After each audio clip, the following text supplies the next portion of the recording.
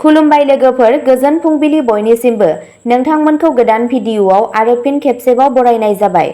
आं दिनै नोंथांमोननि सिगाङाव 28 भाद्र 1433 मायथाइ एबा 14 सेप्तेम्बर 2024 मायथाइनि सानसेनि फानजामुथिखौ फरायथिनो लादों। आसा खालामो नोंथांमोनहा भिडिअ'खौ नायना मोजां मोनगोन। गिबियावनो दङ मेष राशि।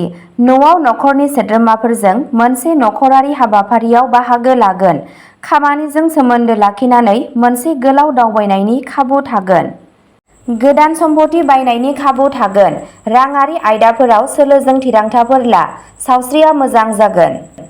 नोंथाङा बेलासिसिमाव गावनि पार्टनारजों मोनसे रमान्टिक डेटनि बिथांखि लानो हायो।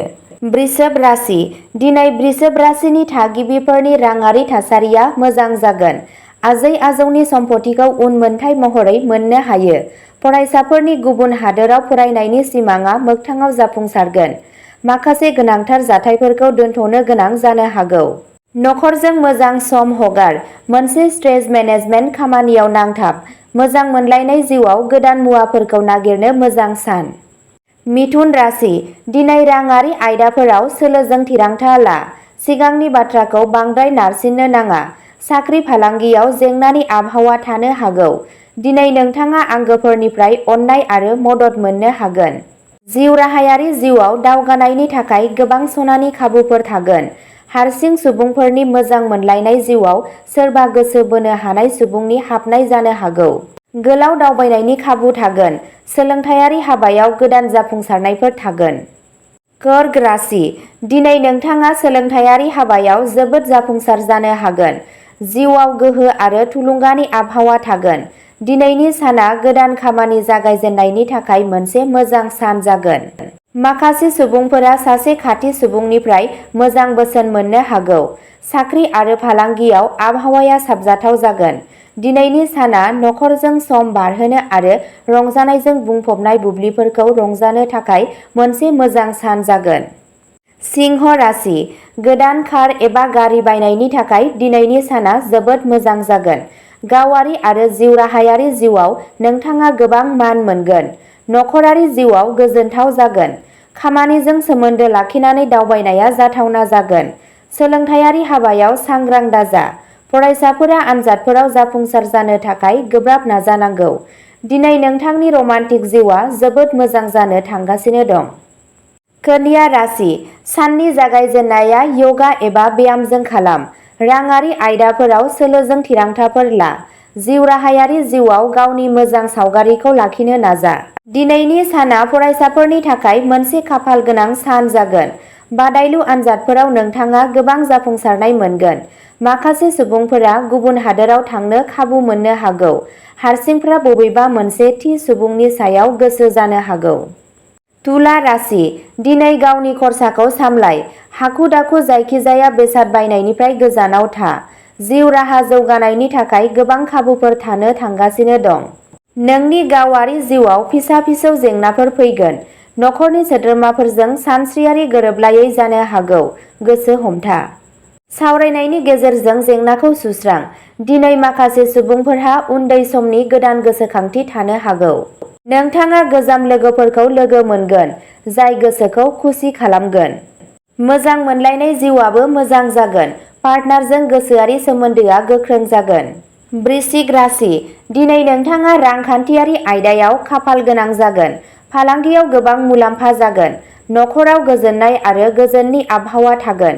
रांखान्थियारि जेंनाफोरा गोमोरलांगोन। राङा आयनि गोदान फुंखानिफ्राय फैगोन। सावस्रिया मोजां जागोन। नखरारि जिउआ गोजोनथाव जागोन। हरखाबै नोंथाङा सोरबा जुनिया सुबुंखौ लोगो मोनगोन। नोंथाङा मोनसे गोजोन दावबायनायखौ रंजानो हागोन। नोंथाङा नोंथांनि लोगोरिजों रमान्टिक बुब्लिफोरखौ रंजानो हागोन। धनु राशि। दिनैनि साना गलाय-गथाय फिथाय होनो थांगासिनो दं। रांखान्थियारि थासारिया मोजां जागोन। नोंथाङा मोनसे फेर-फाथिनाय खामानिनि बिबान मोनगोन। हारसिं सुबुंफोरनि मोजां मोनलायनाय जिउआव सोरबा जुनिया सुबुंनि हाबनाय जानो हागौ। नखरारि जिउजों सोमोन्दो थानाय जेंनाफोरा सुस्रांजागोन। नोंथाङा धोरोमारि हाबाफारिफोराव गोसो मोनगोन। गोसो बोनो हानायनि मिरु जानानै थागोन। सुबुंथिया जौगागोन।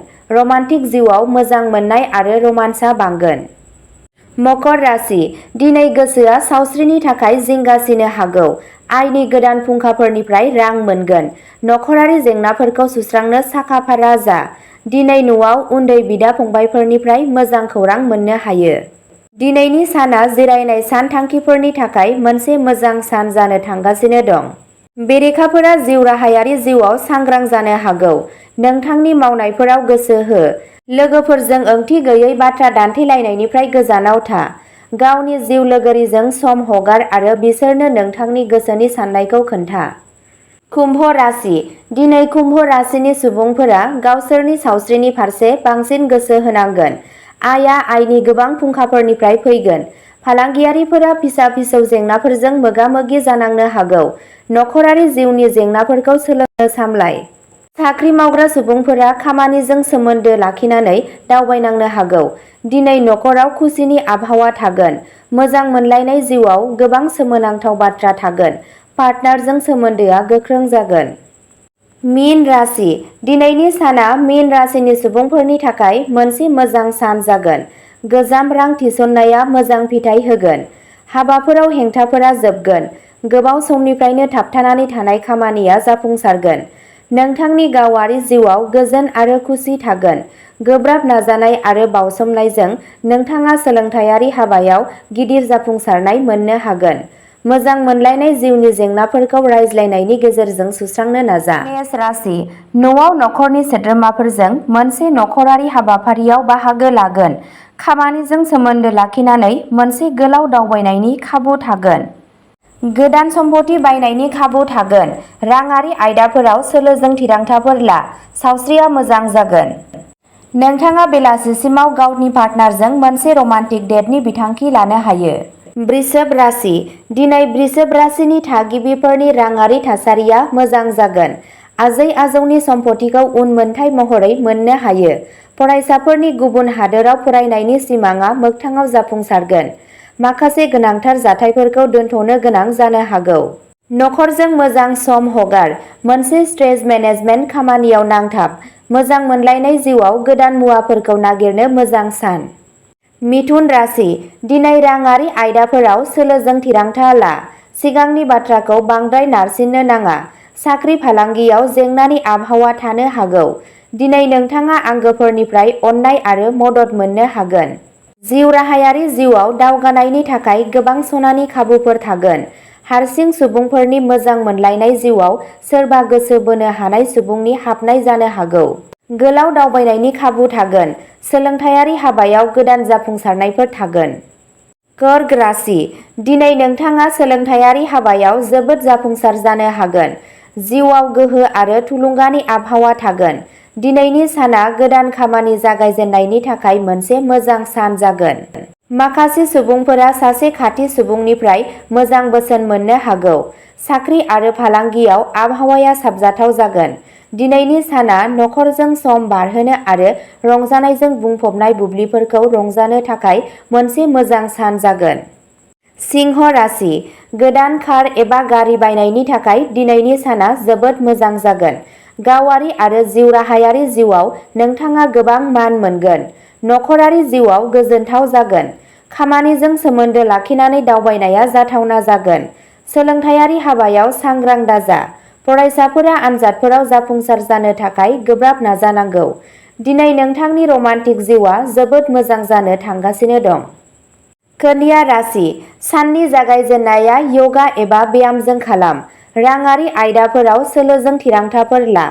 जिउ राहायारि जिउआव गावनि मोजां सावगारिखौ लाखिनो नाजा।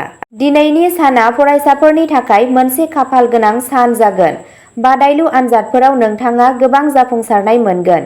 माखासे सुबुंफोरा गुबुन हादोराव थांनो खाबु मोननो हागौ। हारसिंफोरा बबेबा मोनसे थि सुबुंनि सायाव गोसो जानो हागौ। तुला राशि दिनै गावनि खरसाखौ सामलाय। हाखु-दाखु जायखिजाया बेसाद बायनायनिफ्राय गोजानाव था। जिउ राहा जौगानायनि थाखाय गोबां खाबुफोर थानो थांगासिनो दं। नोंनि गावारि जिउआव फिसा-फिसौ जेंनाफोर फैगोन। नखरनि सोद्रोमाफोरजों सानस्रियारि गोरोबलायै जानो हागौ। गोसो हमथा। सावरायनायनि गेजेरजों जेंनाखौ सुस्रां। दिनै माखासे सुबुंफोरहा उन्दै समनि गोदान गोसोखांथि थानो हागौ। नोंथाङा गोजाम लोगोफोरखौ लोगो मोनगोन, जाय गोसोखौ खुसि खालामगोन। मोजां मोनलायनाय जिउआबो मोजां जागोन। पार्टनारजों गोसोआरि सोमोन्दोआ गोख्रों जागोन। वृश्चिक राशि, दिनै नोंथाङा रांखान्थियारि आयदायाव खाफाल गोनां जागोन। फालांगियाव गोबां मुलाम्फा जागोन। नखराव गोजोननाय आरो गोजोननि आबहावा थागोन। रांखान्थियारि जेंनाफोरा गोमोरलांगोन। राङा आयनि गोदान फुंखानिफ्राय फैगोन। सावस्रिया मोजां जागोन। नखरारि जिउआ गोजोनथाव जागोन। हरखाबै नोंथाङा सोरबा जुनिया सुबुंखौ लोगो मोनगोन। नोंथाङा मोनसे गोजोन दावबायनायखौ रंजानो हागोन। नोंथाङा नोंथांनि लोगोरिजों रमान्टिक बुब्लिफोरखौ रंजानो हागोन। धनु राशि, दिनैनि साना गलाय-गथाय फिथाय होनो थांगासिनो दं। रांखान्थियारि थासारिया मोजां जागोन। नोंथाङा मोनसे फेर फाथिनाय खामानिनि बिबान मोनगोन। हारसिं सुबुंफोरनि मोजां मोनलायनाय जिउआव सोरबा जुनिया सुबुंनि हाबनाय जानो हागौ। नखरारि जिउजों सोमोन्दो थानाय जेंनाफोरा सुस्रांजागोन। नोंथाङा धोरोमारि हाबाफारिफोराव गोसो मोनगोन। गोसो बोनो हानायनि मिरु जानानै थागोन। सुबुंथिया जौगागोन। रमान्टिक जिउआव मोजां मोननाय आरो रमान्सआ बांगोन। मकर राशि, दिनै गोसोआ सावस्रिनि थाखाय जिंगासिनो हागौ। आयनि गोदान फुंखाफोरनिफ्राय रां मोनगोन। नखरारि जेंनाफोरखौ सुस्रांनो साखा-फारा जा। दिनै न'आव उन्दै बिदा-फंबायफोरनिफ्राय मोजां खौरां मोननो हायो। दिनैनि साना जिरायनाय सानथांखिफोरनि थाखाय मोनसे मोजां सान जानो थांगासिनो दं। बेरेखाफोरा जिउ राहायारि जिउआव सांग्रां जानो हागौ। नोंथांनि मावनायफोराव गोसो हो। लोगोफोरजों ओंथि गैयै बाथ्रा दान्थेलायनायनिफ्राय गोजानाव था। गावनि जिउ लोगोरिजों सम हगार आरो बिसोरनो नोंथांनि गोसोनि साननायखौ खोन्था। कुम्भ राशि, दिनै कुम्भ राशिनि सुबुंफोरा गावसोरनि सावस्रिनि फारसे बांसिन गोसो होनांगोन। आयआ आयनि गोबां फुंखाफोरनिफ्राय फैगोन। फालांगियारिफोरा फिसा-फिसौ जेंनाफोरजों मोगा-मोगि जानांनो हागौ। नखरारि जिउनि जेंनाफोरखौ सोलोंनो सामलाय। साख्रि मावग्रा सुबुंफोरा खामानिजों सोमोन्दो लाखिनानै दावबायनांनो हागौ। दिनै नखराव खुसिनि आबहावा थागोन। मोजां मोनलायनाय जिउआव गोबां सोमोनांथाव बाथ्रा थागोन। पार्टनारजों सोमोन्दोआ गोख्रों जागोन। मीन राशि, दिनैनि साना मीन राशिनि सुबुंफोरनि थाखाय मोनसे मोजां सान जागोन। गोजाम रां थिसननाया मोजां फिथाय होगोन। हाबाफोराव हेंथाफोरा जोबगोन। गोबाव समनिफ्रायनो थाबथानानै थानाय खामानिया जाफुंसारगोन। नोंथांनि गावारि जिउआव गोजोन आरो खुसि थागोन। गोब्राब नाजानाय आरो बावसोमनायजों नोंथाङा सोलोंथायारि हाबायाव गिदिर जाफुंसारनाय मोननो हागोन। मोजां मोनलायनाय जिउनि जेंनाफोरखौ रायज्लायनायनि गेजेरजों सुस्रांनो नाजा। मेष राशि, न'आव नखरनि सोद्रोमाफोरजों मोनसे नखरारि हाबाफारियाव बाहागो लागोन। खामानिजों सोमोन्दो लाखिनानै मोनसे गोलाव दावबायनायनि खाबु थागोन। गोदान सम्पथि बायनायनि खाबु थागोन।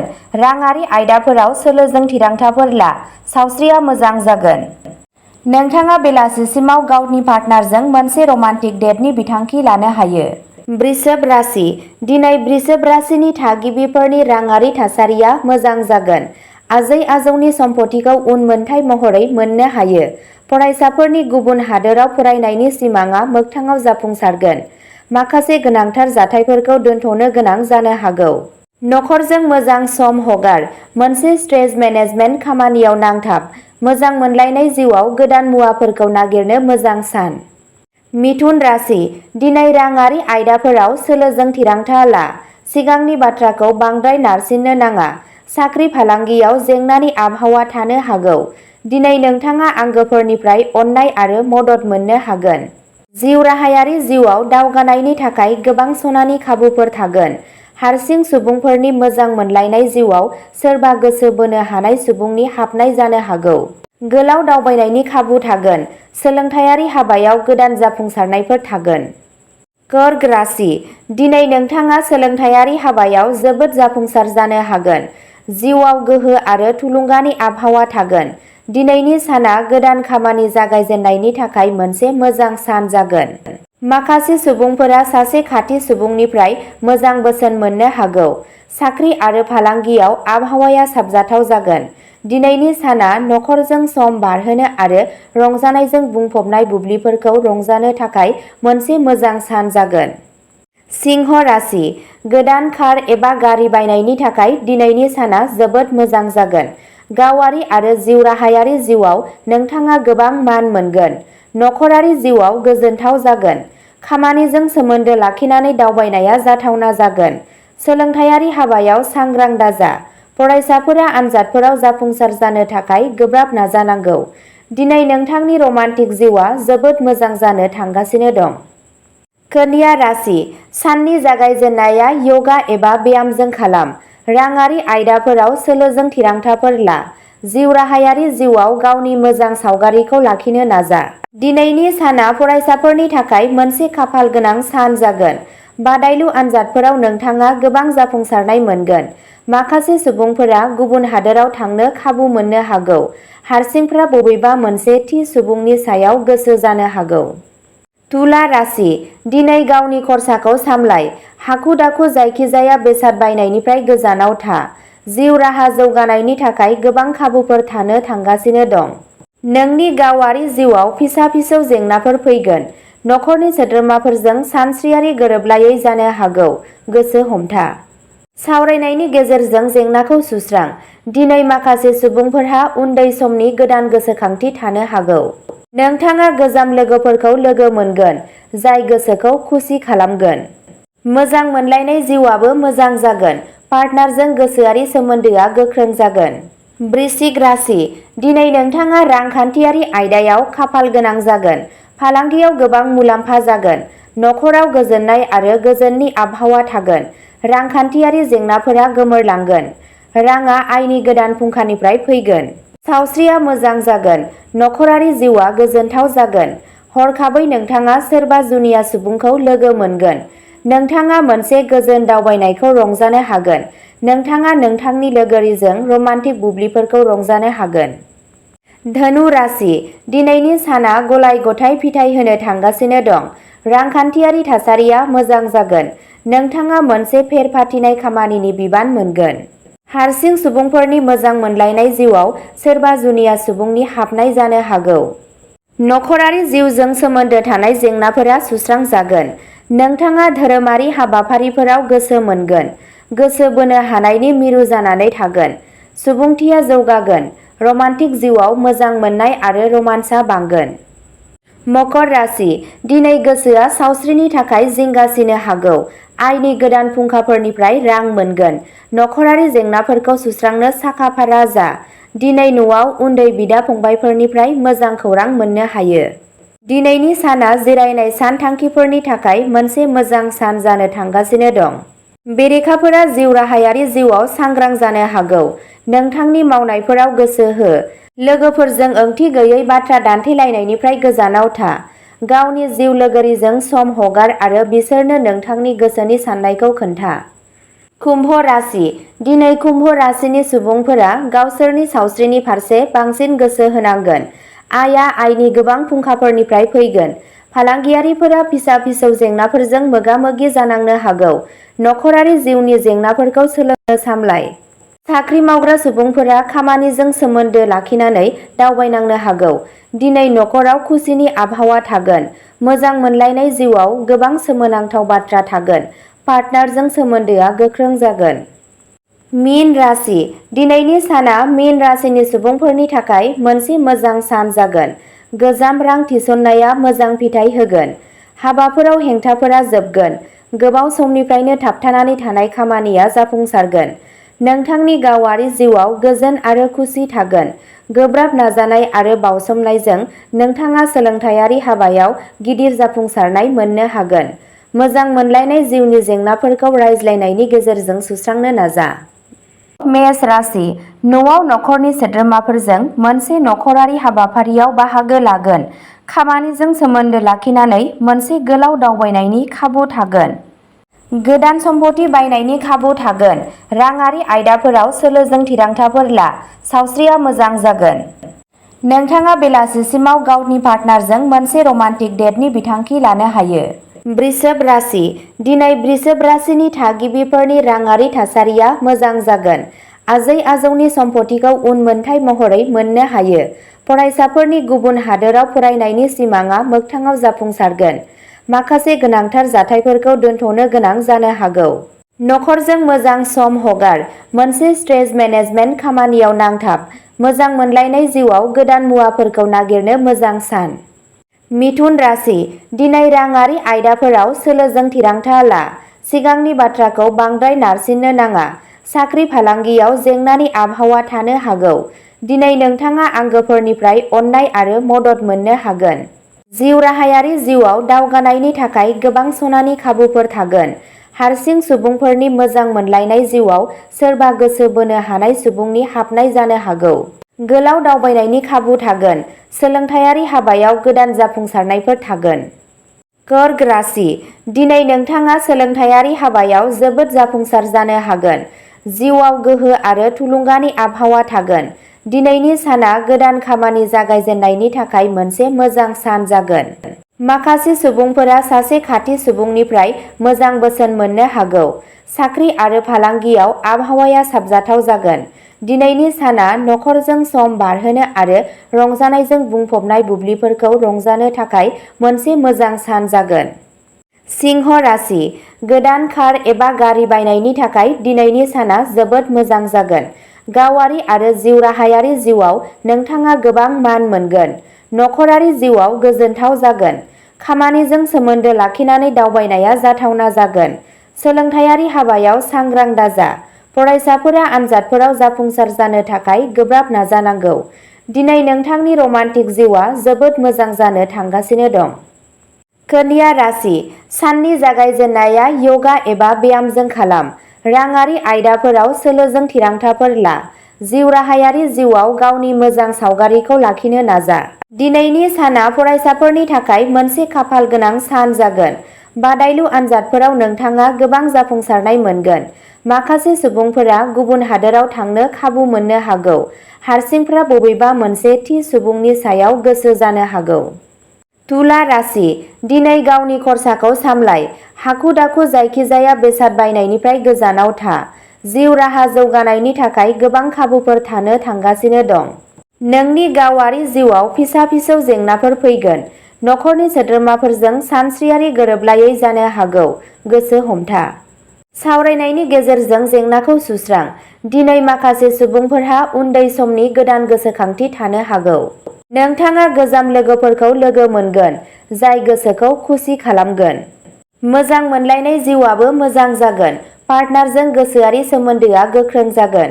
वृश्चिक राशि दिनै नोंथाङा रांखान्थियारि आयदायाव खाफाल गोनां जागोन। फालांगियाव गोबां मुलाम्फा जागोन। नखराव गोजोननाय आरो गोजोननि आबहावा थागोन।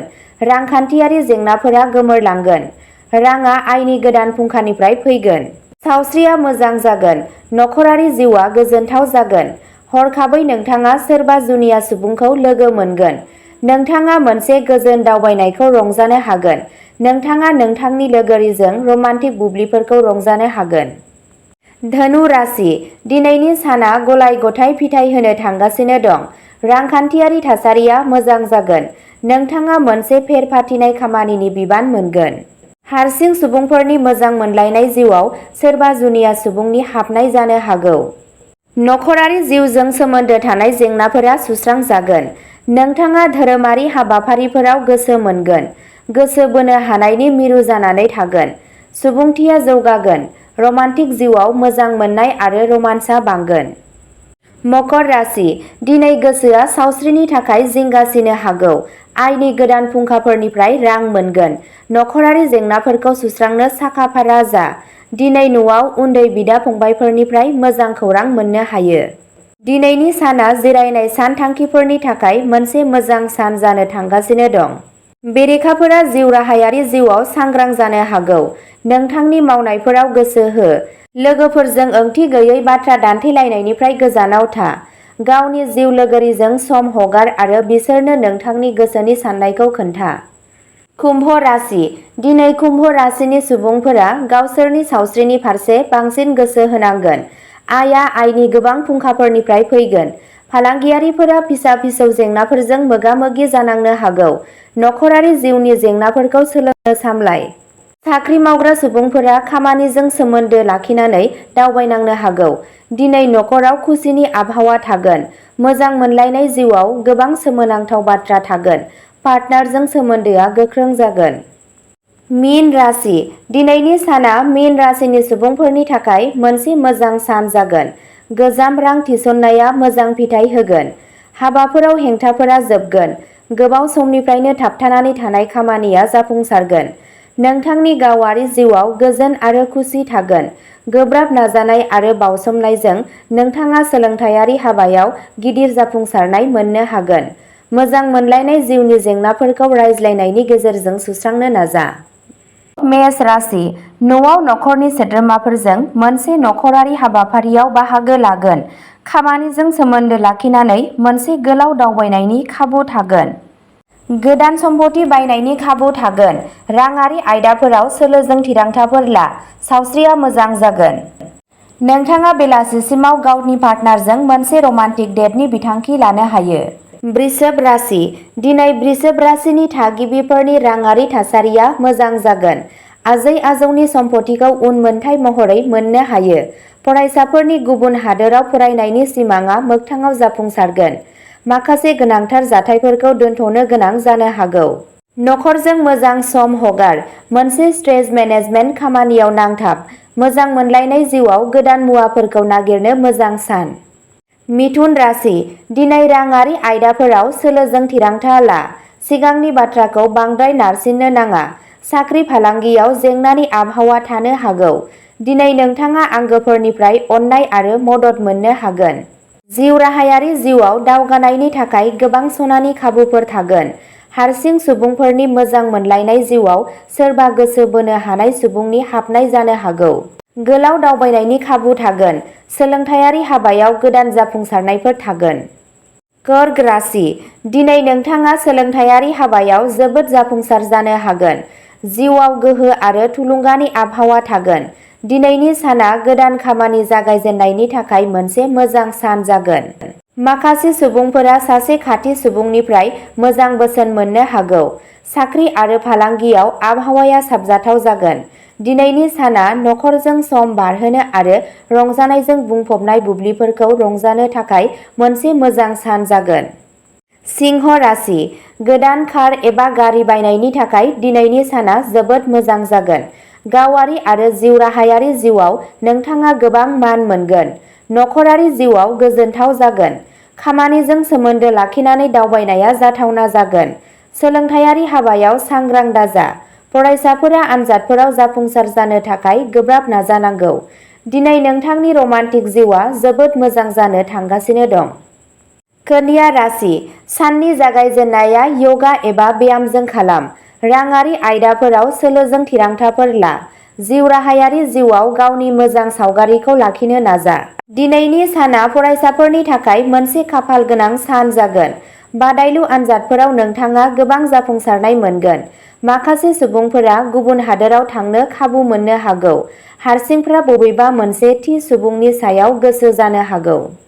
तुला राशि, दिनै गावनि खरसाखौ सामलाय। हाखु-दाखु जायखिजाया बेसाद बायनायनिफ्राय गोजानाव था। जिउ राहा जौगानायनि थाखाय गोबां खाबुफोर थानो थांगासिनो दं। नोंनि गावारि जिउआव फिसा-फिसौ जेंनाफोर फैगोन। नखरनि सोद्रोमाफोरजों सानस्रियारि गोरोबलायै जानो हागौ। गोसो हमथा। सावरायनायनि गेजेरजों जेंनाखौ सुस्रां। दिनै माखासे सुबुंफोरहा उन्दै समनि गोदान गोसोखांथि थानो हागौ। नोंथाङा गोजाम लोगोफोरखौ लोगो मोनगोन, जाय गोसोखौ खुसि खालामगोन। मोजां मोनलायनाय जिउआबो मोजां जागोन। पार्टनारजों गोसोआरि सोमोन्दोआ गोख्रों जागोन। वृश्चिक राशि, दिनै नोंथाङा रांखान्थियारि आयदायाव खाफाल गोनां जागोन। फालांगियाव गोबां मुलाम्फा जागोन। नखराव गोजोननाय आरो गोजोननि आबहावा थागोन। रांखान्थियारि जेंनाफोरा गोमोरलांगोन। राङा आयनि गोदान फुंखानिफ्राय फैगोन। सावस्रिया मोजां जागोन। नखरारि जिउआ गोजोनथाव जागोन। हरखाबै नोंथाङा सोरबा जुनिया सुबुंखौ लोगो मोनगोन। नोंथाङा मोनसे गोजोन दावबायनायखौ रंजानो हागोन। नोंथाङा नोंथांनि लोगोरिजों रमान्टिक बुब्लिफोरखौ रंजानो हागोन। धनु राशि, दिनैनि साना गलाय-गथाय फिथाइ होनो थांगासिनो दं। रांखान्थियारि थासारिया मोजां जागोन। नोंथाङा मोनसे फेर-फाथिनाय खामानिनि बिबान मोनगोन। हारसिं सुबुंफोरनि मोजां मोनलायनाय जिउआव सोरबा जुनिया सुबुंनि हाबनाय जानो हागौ। नखरारि जिउजों सोमोन्दो थानाय जेंनाफोरा सुस्रांजागोन। नोंथाङा धोरोमारि हाबाफारिफोराव गोसो मोनगोन। गोसो बोनो हानायनि मिरु जानानै थागोन। सुबुंथिया जौगागोन। रमान्टिक जिउआव मोजां मोननाय आरो रमान्सआ बांगोन। मकर राशि दिनै गोसोआ सावस्रिनि थाखाय जिंगासिनो हागौ। आयनि गोदान फुंखाफोरनिफ्राय रां मोनगोन। नखरारि जेंनाफोरखौ सुस्रांनो साखा-फारा जा। दिनै न'आव उन्दै बिदा-फंबायफोरनिफ्राय मोजां खौरां मोननो हायो। दिनैनि साना जिरायनाय सानथांखिफोरनि थाखाय मोनसे मोजां सान जानो थांगासिनो दं। बेरेखाफोरा जिउ राहायारि जिउआव सांग्रां जानो हागौ। नोंथांनि मावनायफोराव गोसो हो। लोगोफोरजों ओंथि गैयै बाथ्रा दान्थेलायनायनिफ्राय गोजानाव था। गावनि जिउ लोगोरिजों सम हगार आरो बिसोरनो नोंथांनि गोसोनि साननायखौ खोन्था। कुम्भ राशि दिनै कुम्भ राशिनि सुबुंफोरा गावसोरनि सावस्रिनि फारसे बांसिन गोसो होनांगोन। आयआ आयनि गोबां फुंखाफोरनिफ्राय फैगोन। फालांगियारिफोरा फिसा-फिसौ जेंनाफोरजों मोगा-मोगि जानांनो हागौ। नखरारि जिउनि जेंनाफोरखौ सोलोंनो सामलाय। साख्रि मावग्रा सुबुंफोरा खामानिजों सोमोन्दो लाखिनानै दावबायनांनो हागौ। दिनै नखराव खुसिनि आबहावा थागोन। मोजां मोनलायनाय जिउआव गोबां सोमोनांथाव बाथ्रा थागोन। पार्टनारजों सोमोन्दोआ गोख्रों जागोन। मीन राशि दिनैनि साना मीन राशिनि सुबुंफोरनि थाखाय मोनसे मोजां सान जागोन। गोजाम रां थिसननाया मोजां फिथाय होगोन। हाबाफोराव हेंथाफोरा जोबगोन। गोबाव समनिफ्रायनो थाबथानानै थानाय खामानिया जाफुंसारगोन। नोंथांनि गावारि जिउआव गोजोन आरो खुसि थागोन। गोब्राब नाजानाय आरो बावसोमनायजों नोंथाङा सोलोंथायारि हाबायाव गिदिर जाफुंसारनाय मोननो हागोन। मोजां मोनलायनाय जिउनि जेंनाफोरखौ रायज्लायनायनि गेजेरजों सुस्रांनो नाजा। मेष राशि न'आव नखरनि सोद्रोमाफोरजों मोनसे नखरारि हाबाफारियाव बाहागो लागोन। खामानिजों सोमोन्दो लाखिनानै मोनसे गोलाव दावबायनायनि खाबु थागोन। गोदान सम्पथि बायनायनि खाबु थागोन। राङारि आयदाफोराव सोलोजों थिरांथाफोर ला। सावस्रिया मोजां जागोन। नोंथाङा बेलासिसिमाव गावनि पार्टनारजों मोनसे रमान्टिक डेटनि बिथांखि लानो हायो। वृषभ राशि दिनै वृषभ राशिनि थागिबिफोरनि राङारि थासारिया मोजां जागोन। आजै-आजौनि सम्पथिखौ उनमोनथाइ महरै मोननो हायो। फरायसाफोरनि गुबुन हादोराव फरायनायनि सिमांआ मोगथाङाव जाफुंसारगोन। माखासे गोनांथार जाथायफोरखौ दोनथ'नो गोनां जानो हागौ। नखरजों मोजां सम हगार। मोनसे स्ट्रेस मेनेजमेन्ट खामानियाव नांथाब। मोजां मोनलायनाय जिउआव गोदान मुवाफोरखौ नागिरनो मोजां सान। मिथुन राशि दिनै राङारि आयदाफोराव सोलोजों थिरांथा ला। सिगांनि बाथ्राखौ बांद्राय नारसिननो नाङा। साख्रि फालांगियाव जेंनानि आबहावा थानो हागौ। दिनै नोंथाङा आंगोफोरनिफ्राय अननाय आरो मदद मोननो हागोन। जिउ राहायारि जिउआव दावगानायनि थाखाय गोबां सनानि खाबुफोर थागोन। हारसिं सुबुंफोरनि मोजां मोनलायनाय जिउआव सोरबा गोसो बोनो हानाय सुबुंनि हाबनाय जानो हागौ। गोलाव दावबायनायनि खाबु थागोन। सोलोंथायारि हाबायाव गोदान जाफुंसारनायफोर थागोन। कर्क राशि दिनै नोंथाङा सोलोंथायारि हाबायाव जोबोद जाफुंसार जानो हागोन। जिउआव गोहो आरो थुलुंगानि आबहावा थागोन। दिनैनि साना गोदान खामानि जागायजेननायनि थाखाय मोनसे मोजां सान जागोन। माखासे सुबुंफोरा सासे खाथि सुबुंनिफ्राय मोजां बोसोन मोननो हागौ। साख्रि आरो फालांगियाव आबहावाया साबजाथाव जागोन। दिनैनि साना नखरजों सम बारहोनो आरो रंजानायजों बुंफबनाय बुब्लिफोरखौ रंजानो थाखाय मोनसे मोजां सान जागोन। सिंह राशि गोदान कार एबा गारि बायनायनि थाखाय दिनैनि साना जोबोद मोजां जागोन। गावारि आरो जिउ राहायारि जिउआव नोंथाङा गोबां मान मोनगोन। नखरारि जिउआव गोजोनथाव जागोन। खामानिजों सोमोन्दो लाखिनानै दावबायनाया जाथावना जागोन। सोलोंथायारि हाबायाव सांग्रां दाजा। फरायसाफोरा आनजादफोराव जाफुंसार जानो थाखाय गोब्राब नाजानांगौ। दिनै नोंथांनि रमान्टिक जिउआ जोबोद मोजां जानो थांगासिनो दं। कन्या राशि साननि जागायजेननाया यगा एबा ब्यामजों खालाम। राङारि आयदाफोराव सोलोजों थिरांथाफोर ला। जिउ राहायारि जिउआव गावनि मोजां सावगारिखौ लाखिनो नाजा। दिनैनि साना फरायसाफोरनि थाखाय मोनसे खाफाल गोनां सान जागोन। बादायलु आनजादफोराव नोंथाङा गोबां जाफुंसारनाय मोनगोन। माखासे सुबुंफोरा गुबुन हादोराव थांनो खाबु मोननो हागौ। हारसिंफोरा बबेबा मोनसे थि सुबुंनि सायाव गोसो जानो हागौ। तुला राशि दिनै गावनि खरसाखौ सामलाय। हाखु-दाखु जायखिजाया बेसाद बायनायनिफ्राय गोजानाव था। जिउ राहा जौगानायनि थाखाय गोबां खाबुफोर थानो थांगासिनो दं। नोंनि गावारि जिउआव फिसा-फिसौ जेंनाफोर फैगोन। नखरनि सोद्रोमाफोरजों सानस्रियारि गोरोबलायै जानो हागौ। गोसो हमथा। सावरायनायनि गेजेरजों जेंनाखौ सुस्रां। दिनै माखासे सुबुंफोरहा उन्दै समनि गोदान गोसोखांथि थानो हागौ। नोंथाङा गोजाम लोगोफोरखौ लोगो मोनगोन, जाय गोसोखौ खुसि खालामगोन। मोजां मोनलायनाय जिउआबो मोजां जागोन। पार्टनारजों गोसोआरि सोमोन्दोआ गोख्रों जागोन। वृश्चिक राशि, दिनै नोंथाङा रांखान्थियारि आयदायाव खाफाल गोनां जागोन। फालांगियाव गोबां मुलाम्फा जागोन। नखराव गोजोननाय आरो गोजोननि आबहावा थागोन।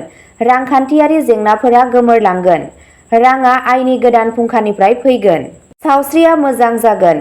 नखरारि जिउआ गोजोनथाव जागोन। हरखाबै नोंथाङा सोरबा जुनिया सुबुंखौ लोगो मोनगोन। नोंथाङा मोनसे गोजोन दावबायनायखौ रंजानो हागोन।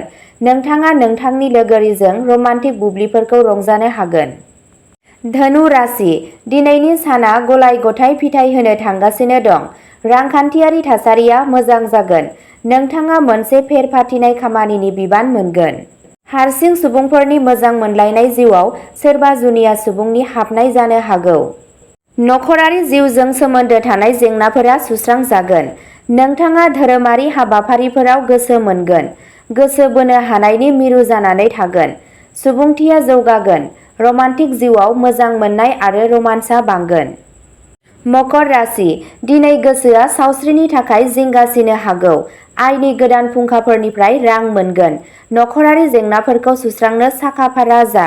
दिनै न'आव उन्दै बिदा-फंबायफोरनिफ्राय मोजां खौरां मोननो हायो। दिनैनि साना जिरायनाय सानथांखिफोरनि थाखाय मोनसे मोजां सान जानो थांगासिनो दं। बेरेखाफोरा जिउ राहायारि जिउआव सांग्रां जानो हागौ। नोंथांनि मावनायफोराव गोसो हो। लोगोफोरजों ओंथि गैयै बाथ्रा दान्थेलायनायनिफ्राय गोजानाव था। गावनि जिउ लोगोरिजों सम हगार आरो बिसोरनो नोंथांनि गोसोनि साननायखौ खोन्था। कुम्भ राशि, दिनै कुम्भ राशिनि सुबुंफोरा गावसोरनि सावस्रिनि फारसे बांसिन गोसो होनांगोन। आयआ आयनि गोबां फुंखाफोरनिफ्राय फैगोन। फालांगियारिफोरा फिसा-फिसौ जेंनाफोरजों मोगा-मोगि जानांनो हागौ। नखरारि जिउनि जेंनाफोरखौ सोलोंनो सामलाय। साख्रि मावग्रा सुबुंफोरा खामानिजों सोमोन्दो लाखिनानै दावबायनांनो हागौ।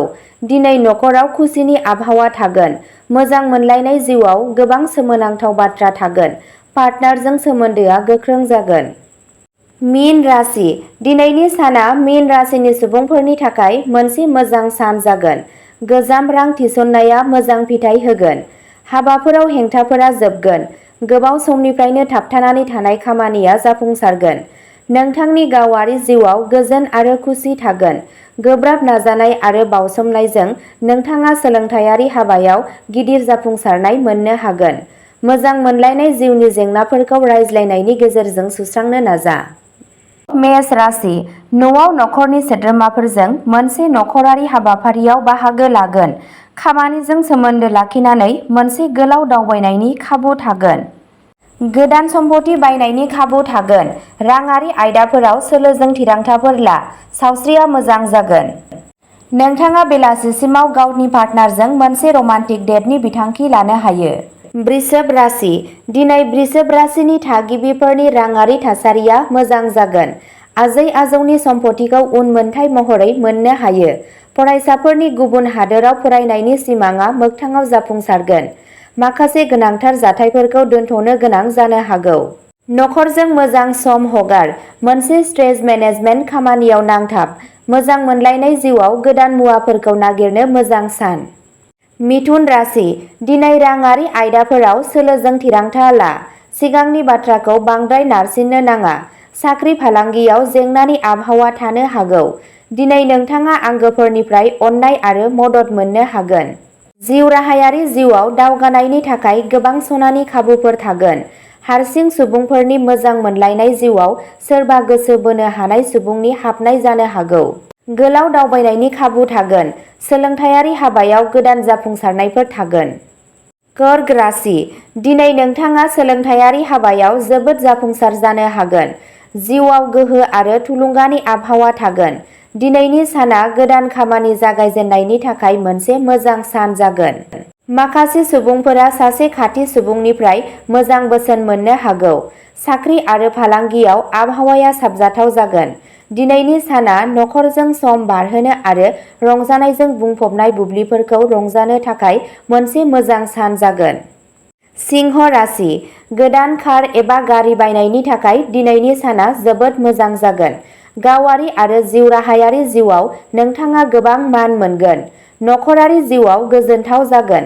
खामानिजों सोमोन्दो लाखिनानै दावबायनाया जाथावना जागोन। सोलोंथायारि हाबायाव सांग्रां दाजा। फरायसाफोरा आनजादफोराव जाफुंसार जानो थाखाय गोब्राब नाजानांगौ। दिनै नोंथांनि रमान्टिक जिउआ जोबोद मोजां जानो थांगासिनो दं। कन्या राशि, साननि जागायजेननाया यगा एबा ब्यामजों खालाम। राङारि आयदाफोराव सोलोजों थिरांथाफोर ला। जिउ राहायारि जिउआव गावनि मोजां सावगारिखौ लाखिनो नाजा। दिनैनि साना फरायसाफोरनि थाखाय मोनसे खाफाल गोनां सान जागोन। बादायलु आनजादफोराव नोंथाङा गोबां जाफुंसारनाय मोनगोन। माखासे सुबुंफोरा गुबुन हादोराव थांनो खाबु मोननो हागौ। हारसिंफ्रा बबेबा मोनसे थि सुबुंनि सायाव गोसो जानो हागौ। तुला राशि, दिनै गावनि खरसाखौ सामलाय। हाखु-दाखु जायखिजाया बेसाद बायनायनिफ्राय गोजानाव था। जिउ राहा जौगानायनि थाखाय गोबां खाबुफोर थानो थांगासिनो दं। नोंनि गावारि जिउआव फिसा-फिसौ जेंनाफोर फैगोन। नखरनि सोद्रोमाफोरजों सानस्रियारि गोरोबलायै जानो हागौ। गोसो हमथा। सावरायनायनि गेजेरजों जेंनाखौ सुस्रां। दिनै माखासे सुबुंफोरहा उन्दै समनि गोदान गोसोखांथि थानो हागौ। नोंथाङा गोजाम लोगोफोरखौ लोगो मोनगोन, जाय गोसोखौ खुसि खालामगोन। मोजां मोनलायनाय जिउआबो मोजां जागोन। पार्टनारजों गोसोआरि सोमोन्दोआ गोख्रों जागोन। वृश्चिक राशि, दिनै नोंथाङा रांखान्थियारि आयदायाव खाफाल गोनां जागोन। फालांगियाव गोबां मुलाम्फा जागोन।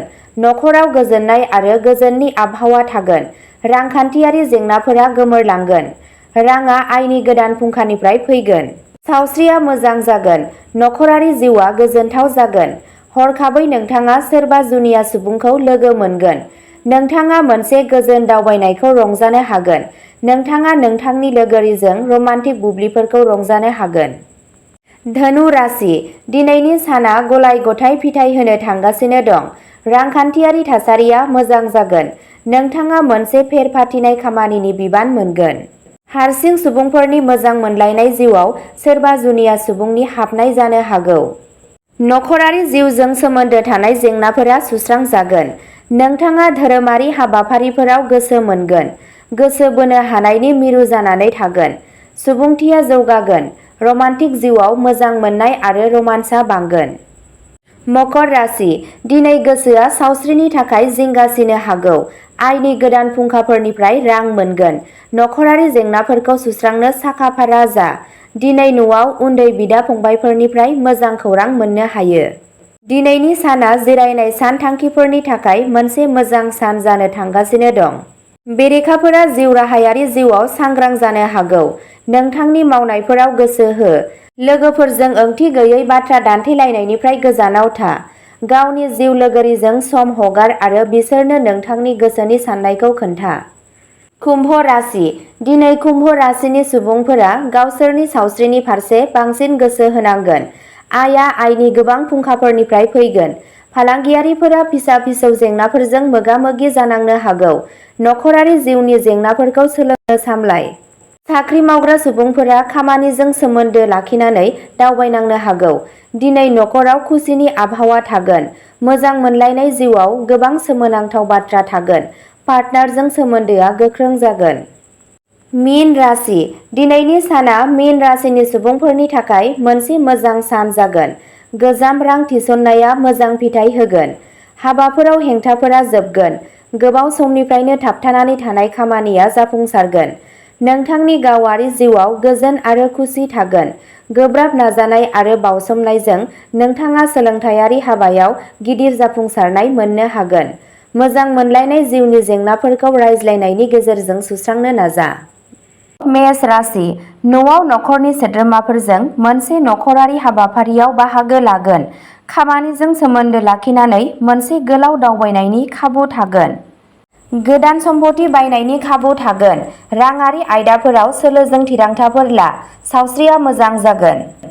नोंथाङा बेलासिसिमाव गावनि पार्टनारजों मोनसे रमान्टिक डेटनि बिथांखि लानो हायो। वृषभ राशि, दिनै वृषभ राशिनि थागिबिफोरनि राङारि थासारिया मोजां जागोन। आजै-आजौनि सम्पथिखौ उनमोनथाइ महरै मोननो हायो। फरायसाफोरनि गुबुन हादोराव फरायनायनि सिमांआ मोगथाङाव जाफुंसारगोन। माखासे गोनांथार जाथायफोरखौ दोनथ'नो गोनां जानो हागौ। नखरजों मोजां सम हगार। मोनसे स्ट्रेस मेनेजमेन्ट खामानियाव नांथाब। मोजां मोनलायनाय जिउआव गोदान मुवाफोरखौ नागिरनो मोजां सान। मिथुन राशि दिनै राङारि आयदाफोराव सोलोजों थिरांथा ला। सिगांनि बाथ्राखौ बांद्राय नारसिननो नाङा। साख्रि फालांगियाव जेंनानि आबहावा थानो हागौ। दिनै नोंथाङा आंगोफोरनिफ्राय अननाय आरो मदद मोननो हागोन। जिउ राहायारि जिउआव दावगानायनि थाखाय गोबां सनानि खाबुफोर थागोन। हारसिं सुबुंफोरनि मोजां मोनलायनाय जिउआव सोरबा गोसो बोनो हानाय सुबुंनि हाबनाय जानो हागौ। गोलाव दावबायनायनि खाबु थागोन। सोलोंथायारि हाबायाव गोदान जाफुंसारनायफोर थागोन। कर्क राशि दिनै नोंथाङा सोलोंथायारि हाबायाव जोबोद जाफुंसार जानो हागोन। जिउआव गोहो आरो थुलुंगानि आबहावा थागोन। दिनैनि साना गोदान खामानि जागायजेननायनि थाखाय मोनसे मोजां सान जागोन। माखासे सुबुंफोरा सासे खाथि सुबुंनिफ्राय मोजां बोसोन मोननो हागौ। साख्रि आरो फालांगियाव आबहावाया साबजाथाव जागोन।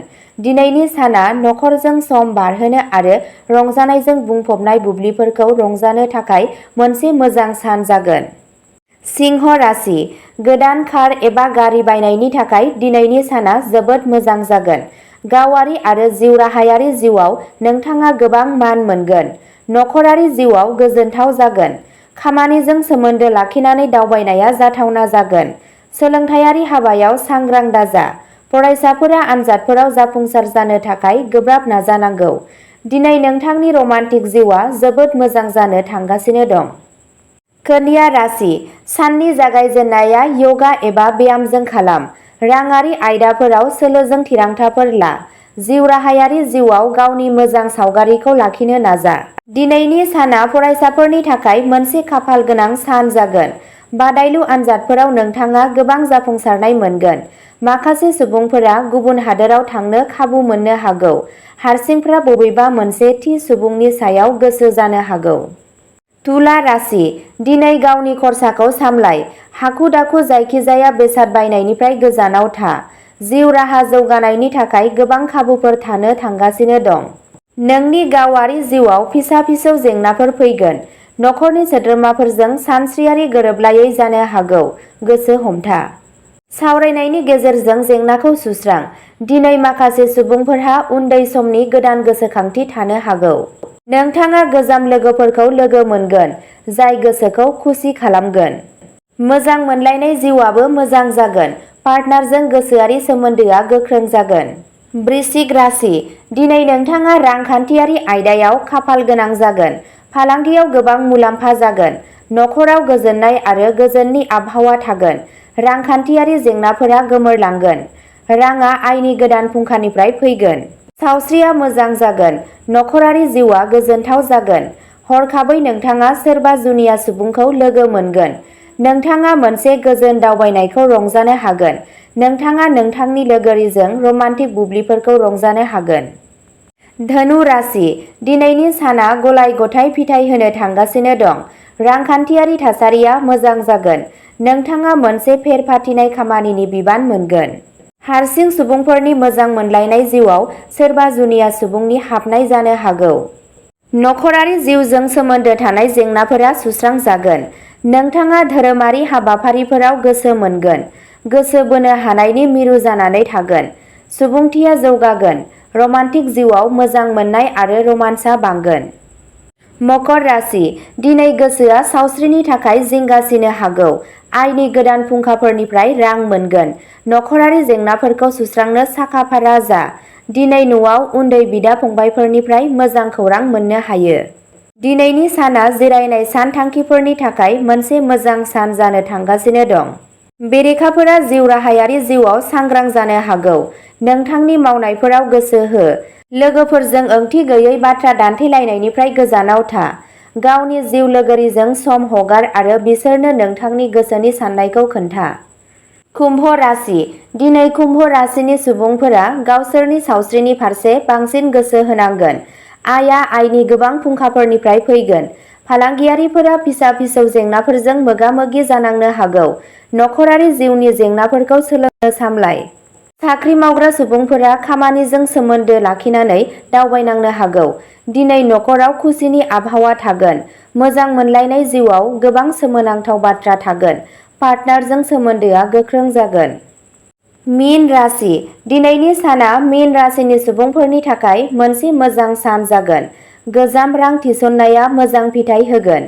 हाबाफोराव हेंथाफोरा जोबगोन। गोबाव समनिफ्रायनो थाबथानानै थानाय खामानिया जाफुंसारगोन।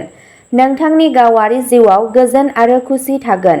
गोब्राब नाजानाय आरो बावसोमनायजों नोंथाङा सोलोंथायारि हाबायाव गिदिर जाफुंसारनाय मोननो हागोन। मोजां मोनलायनाय जिउनि जेंनाफोरखौ रायज्लायनायनि गेजेरजों सुस्रांनो नाजा। मेष राशि, न'आव नखरनि सोद्रोमाफोरजों मोनसे नखरारि हाबाफारियाव बाहागो लागोन। खामानिजों सोमोन्दो लाखिनानै मोनसे गोलाव दावबायनायनि खाबु थागोन। गोदान सम्पथि बायनायनि खाबु थागोन। राङारि आयदाफोराव सोलोजों थिरांथाफोर ला। सावस्रिया मोजां जागोन। नोंथाङा बेलासिसिमाव गावनि पार्टनारजों मोनसे रमान्टिक डेटनि बिथांखि लानो हायो। वृषभ राशि, दिनै वृषभ राशिनि थागिबिफोरनि राङारि थासारिया मोजां जागोन। आजै-आजौनि सम्पथिखौ उनमोनथाइ महरै मोननो हायो। फरायसाफोरनि गुबुन हादोराव फरायनायनि सिमांआ मोगथाङाव जाफुंसारगोन। माखासे गोनांथार जाथायफोरखौ दोनथ'नो गोनां जानो हागौ। नखरजों मोजां सम हगार। मोनसे स्ट्रेस मेनेजमेन्ट खामानियाव नांथाब। मोजां मोनलायनाय जिउआव गोदान मुवाफोरखौ नागिरनो मोजां सान। मिथुन राशि, दिनै राङारि आयदाफोराव सोलोजों थिरांथा ला। सिगांनि बाथ्राखौ बांद्राय नारसिननो नाङा।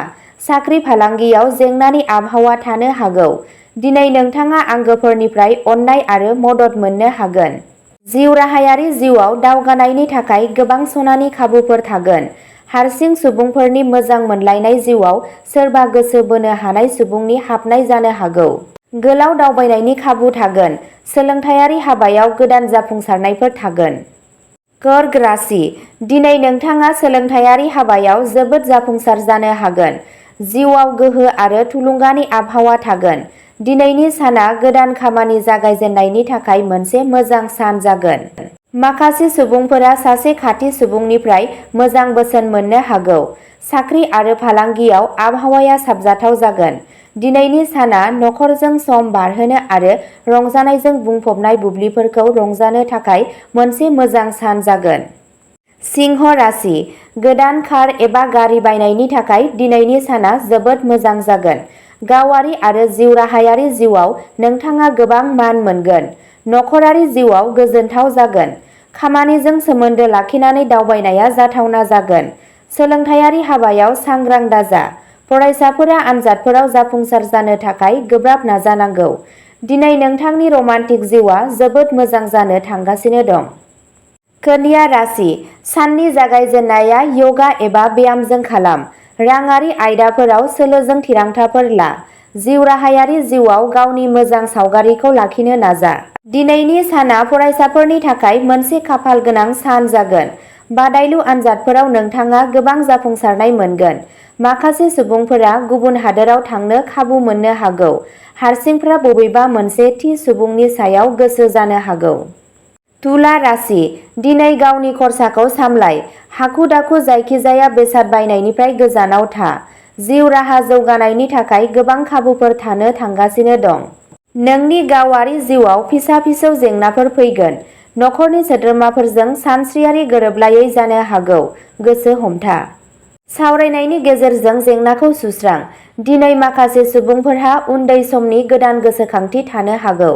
नोंथाङा गोजाम लोगोफोरखौ लोगो मोनगोन, जाय गोसोखौ खुसि खालामगोन।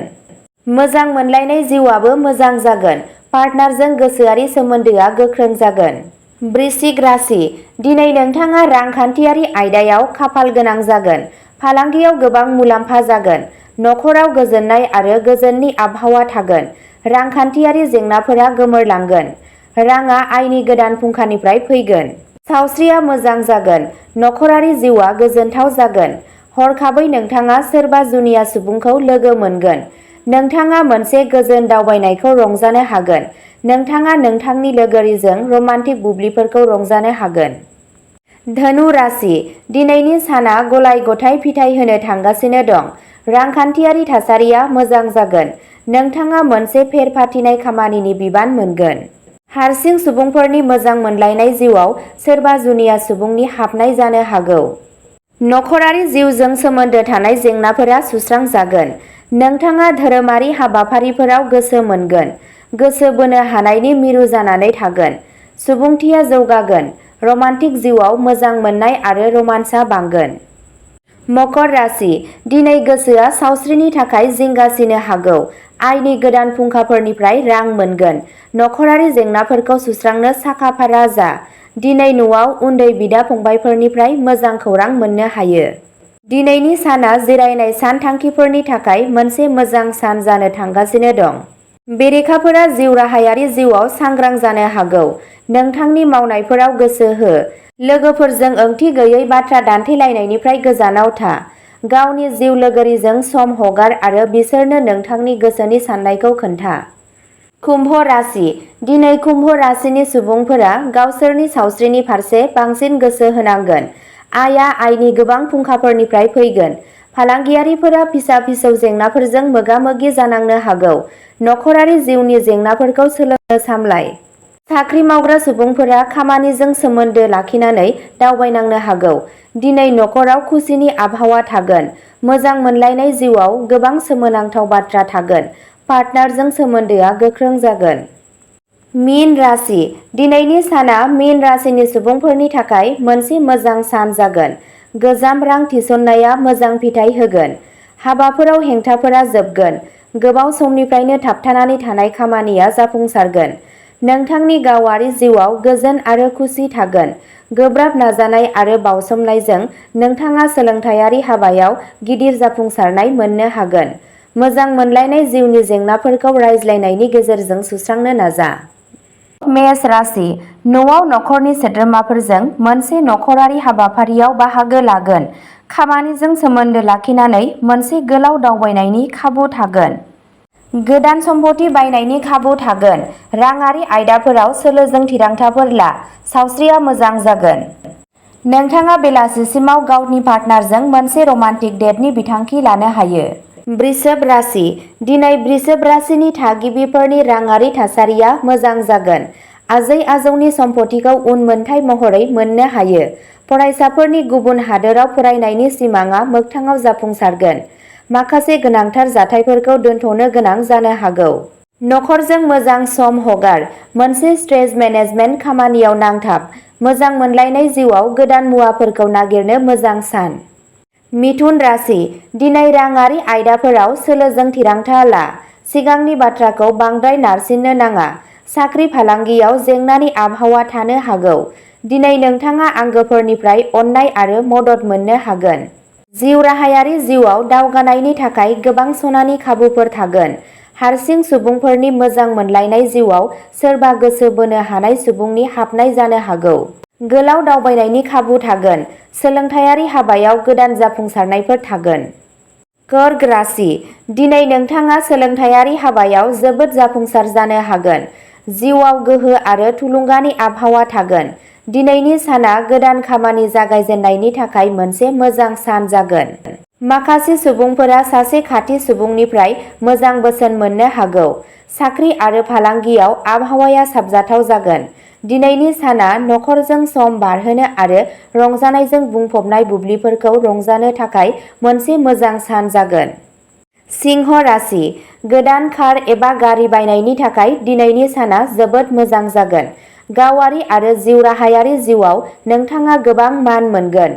नखरारि जिउआव गोजोनथाव जागोन। खामानिजों सोमोन्दो लाखिनानै दावबायनाया जाथावना जागोन। सोलोंथायारि हाबायाव सांग्रां दाजा। फरायसाफोरा आनजादफोराव जाफुंसार जानो थाखाय गोब्राब नाजानांगौ। दिनै नोंथांनि रमान्टिक जिउआ जोबोद मोजां जानो थांगासिनो दं। कन्या राशि साननि जागायजेननाया यगा एबा ब्यामजों खालाम। राङारि आयदाफोराव सोलोजों थिरांथाफोर ला। जिउ राहायारि जिउआव गावनि मोजां सावगारिखौ लाखिनो नाजा। दिनैनि साना फरायसाफोरनि थाखाय मोनसे खाफाल गोनां सान जागोन। बादायलु आनजादफोराव नोंथाङा गोबां जाफुंसारनाय मोनगोन। माखासे सुबुंफोरा गुबुन हादोराव थांनो खाबु मोननो हागौ। हारसिंफोरा बबेबा मोनसे थि सुबुंनि सायाव गोसो जानो हागौ। तुला राशि दिनै गावनि खरसाखौ सामलाय। हाखु-दाखु जायखिजाया बेसाद बायनायनिफ्राय गोजानाव था।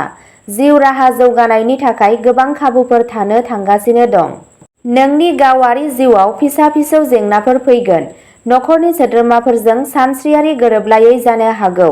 गोसो हमथा। सावरायनायनि गेजेरजों जेंनाखौ सुस्रां। दिनै माखासे सुबुंफोरहा उन्दै समनि गोदान गोसोखांथि थानो हागौ। नोंथाङा गोजाम लोगोफोरखौ लोगो मोनगोन, जाय गोसोखौ खुसि खालामगोन। मोजां मोनलायनाय जिउआबो मोजां जागोन। पार्टनारजों गोसोआरि सोमोन्दोआ गोख्रों जागोन। वृश्चिक राशि, दिनै नोंथाङा रांखान्थियारि आयदायाव खाफाल गोनां जागोन। फालांगियाव गोबां मुलाम्फा जागोन। नखराव गोजोननाय आरो गोजोननि आबहावा थागोन। रांखान्थियारि जेंनाफोरा गोमोरलांगोन। राङा आयनि गोदान फुंखानिफ्राय फैगोन। सावस्रिया मोजां जागोन। नखरारि जिउआ गोजोनथाव जागोन। हरखाबै नोंथाङा सोरबा जुनिया सुबुंखौ लोगो मोनगोन। नोंथाङा मोनसे गोजोन दावबायनायखौ रंजानो हागोन। नोंथाङा नोंथांनि लोगोरिजों रमान्टिक बुब्लिफोरखौ रंजानो हागोन। धनु राशि, दिनैनि साना गलाय-गथाय फिथाय होनो थांगासिनो दं। रांखान्थियारि थासारिया मोजां जागोन। नोंथाङा मोनसे फेर फाथिनाय खामानिनि बिबान मोनगोन। हारसिं सुबुंफोरनि मोजां मोनलायनाय जिउआव सोरबा जुनिया सुबुंनि हाबनाय जानो हागौ। नखरारि जिउजों सोमोन्दो थानाय जेंनाफोरा सुस्रांजागोन। नोंथाङा धोरोमारि हाबाफारिफोराव गोसो मोनगोन। गोसो बोनो हानायनि मिरु जानानै थागोन। सुबुंथिया जौगागोन। रमान्टिक जिउआव मोजां मोननाय आरो रमान्सआ बांगोन। मकर राशि, दिनै गोसोआ सावस्रिनि थाखाय जिंगासिनो हागौ। आयनि गोदान फुंखाफोरनिफ्राय रां मोनगोन। नखरारि जेंनाफोरखौ सुस्रांनो साखा-फारा जा। दिनै न'आव उन्दै बिदा-फंबायफोरनिफ्राय मोजां खौरां मोननो हायो। दिनैनि साना जिरायनाय सानथांखिफोरनि थाखाय मोनसे मोजां सान जानो थांगासिनो दं। बेरेखाफोरा जिउ राहायारि जिउआव सांग्रां जानो हागौ। नोंथांनि मावनायफोराव गोसो हो। लोगोफोरजों ओंथि गैयै बाथ्रा दान्थेलायनायनिफ्राय गोजानाव था। गावनि जिउ लोगोरिजों सम हगार आरो बिसोरनो नोंथांनि गोसोनि साननायखौ खोन्था। कुम्भ राशि, दिनै कुम्भ राशिनि सुबुंफोरा गावसोरनि सावस्रिनि फारसे बांसिन गोसो होनांगोन। आयआ आयनि गोबां फुंखाफोरनिफ्राय फैगोन। फालांगियारिफोरा फिसा-फिसौ जेंनाफोरजों मोगा-मोगि जानांनो हागौ।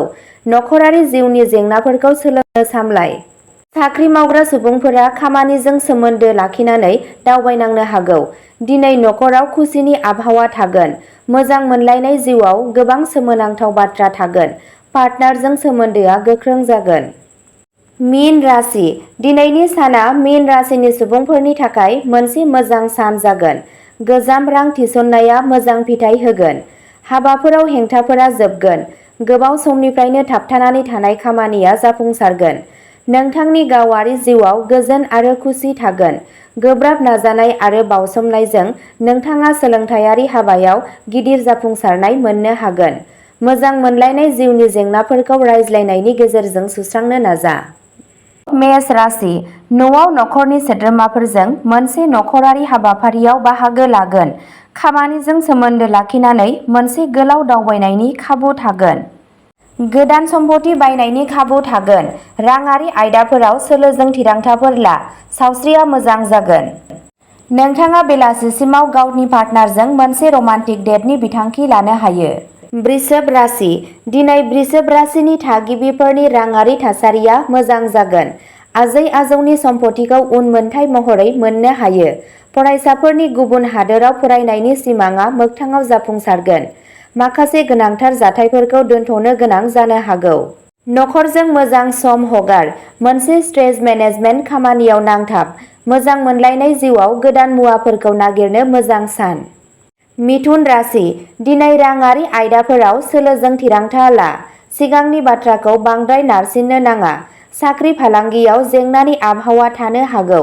दिनै नोंथाङा आंगोफोरनिफ्राय अननाय आरो मदद मोननो हागोन। जिउ राहायारि जिउआव दावगानायनि थाखाय गोबां सनानि खाबुफोर थागोन। हारसिं सुबुंफोरनि मोजां मोनलायनाय जिउआव सोरबा गोसो बोनो हानाय सुबुंनि हाबनाय जानो हागौ। गोलाव दावबायनायनि खाबु थागोन। सोलोंथायारि हाबायाव गोदान जाफुंसारनायफोर थागोन।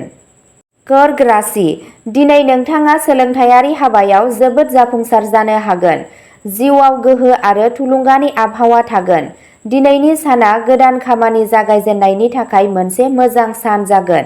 माखासे सुबुंफोरा सासे खाथि सुबुंनिफ्राय मोजां बोसोन मोननो हागौ।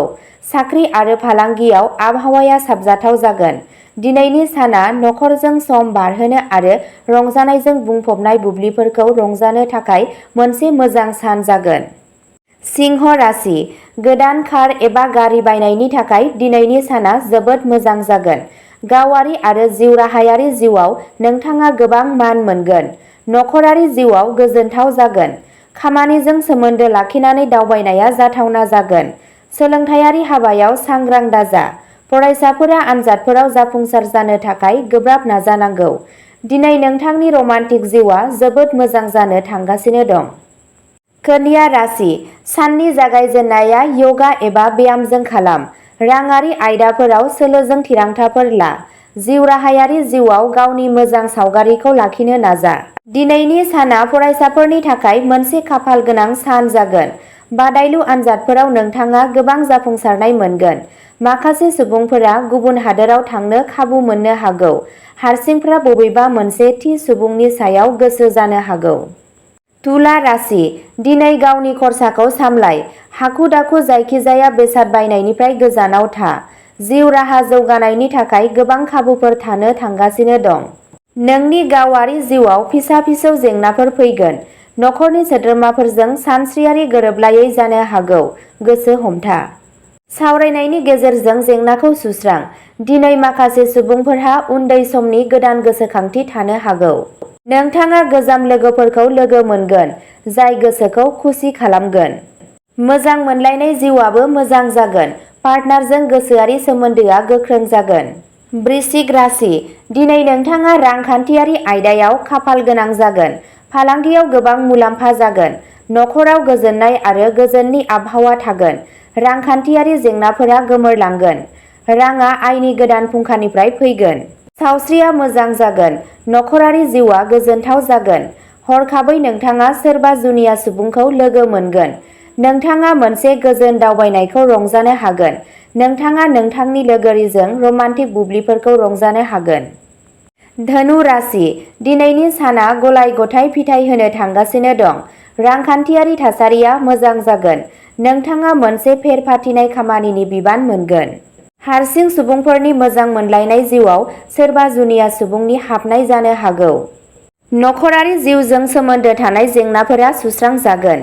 नोंथाङा धोरोमारि हाबाफारिफोराव गोसो मोनगोन। गोसो बोनो हानायनि मिरु जानानै थागोन। सुबुंथिया जौगागोन। रमान्टिक जिउआव मोजां मोननाय आरो रमान्सआ बांगोन। मकर राशि, दिनै गोसोआ सावस्रिनि थाखाय जिंगासिनो हागौ। आयनि गोदान फुंखाफोरनिफ्राय रां मोनगोन। नखरारि जेंनाफोरखौ सुस्रांनो साखा-फारा जा। दिनै न'आव उन्दै बिदा-फंबायफोरनिफ्राय मोजां खौरां मोननो हायो। दिनैनि साना जिरायनाय सानथांखिफोरनि थाखाय मोनसे मोजां सान जानो थांगासिनो दं। बेरेखाफोरा जिउ राहायारि जिउआव सांग्रां जानो हागौ। नोंथांनि मावनायफोराव गोसो हो। लोगोफोरजों ओंथि गैयै बाथ्रा दान्थेलायनायनिफ्राय गोजानाव था।